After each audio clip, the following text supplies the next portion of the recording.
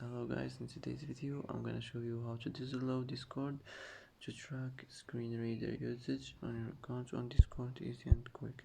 First click on your profile, now click privacy and safety, and here as you see you would find allow Discord to track screen reader usage. Just click like this and it will be turned off.